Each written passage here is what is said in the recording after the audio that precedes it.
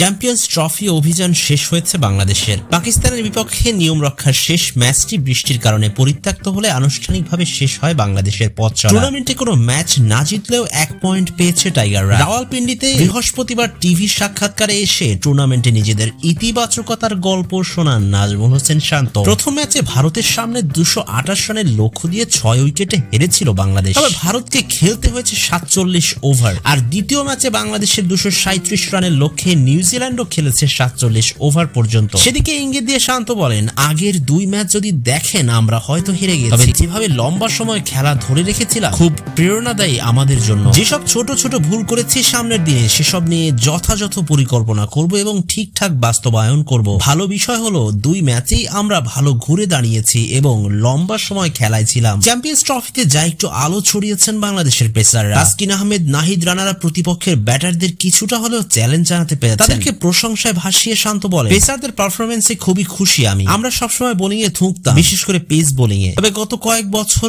অনেক fast bowler উঠে এসেছে। দেশে থাকা কয়েকজন পেসারও নিজেদের কাজটা দারুণভাবে করছে। অধিনায়ক হিসেবে আমি খুব খুশি। তাসকিন রানা যেভাবে বোলিং করেছে আমি সত্যি আনন্দিত। এছাড়া অভিজ্ঞ মুস্তাফিজও আছে। স্পিন আক্রমণকেও খাটো করলেন না শান্ত। সব মিলিয়ে খুব ভালো বোলিং আক্রমণ। সবসময় আমাদের স্পিন আক্রমণ ভালো। এখন লেগ স্পিনার রিশাদ হোসেনও আছে। আমি আশা করি তারা পরিস্থিতি অনুযায়ী নিজেদের কাজটা ঠিকঠাক করবে এবং দলকে সেরাটা দেবে। টুর্নামেন্টে প্রচুর ডট বল খেলেছে বাংলাদেশ। ভারতের বিপক্ষে প্রথম ম্যাচে 159টি ডট বল খেলার পর দ্বিতীয় ম্যাচে খেলেছে 181টি। টিভি সাক্ষাৎকারে সঞ্চালক রমিজ রাজাও এই বিষয়টি নিয়ে প্রশ্ন তুলেছেন। বিষয়টি নিয়ে দেশে ফিরে কাজ করার কথা শোনালেন শান্ত। বাংলাদেশ অধিনায়ক বলেন, অবশ্যই সিঙ্গেলস ডাবলস নিতে না পারা চিন্তার বিষয়। এটা আমাদের ভালোভাবে অনুশীলন করতে হবে। কিভাবে প্রান্ত বদলাতে পারি, ম্যাচে কি ধরনের চ্যালেঞ্জ আসতে পারে সেসব নিয়ে চিন্তা করতে হবে। আমরা কিভাবে অনুশীলন করছি এবং ম্যাচে সেটা কতটা কাজে লাগাচ্ছি তা গুরুত্বপূর্ণ। আশা করি ছেলেরা বুঝতে পারবে কি করা উচিত। ভিডিওটি সম্পূর্ণ দেখার জন্য ধন্যবাদ।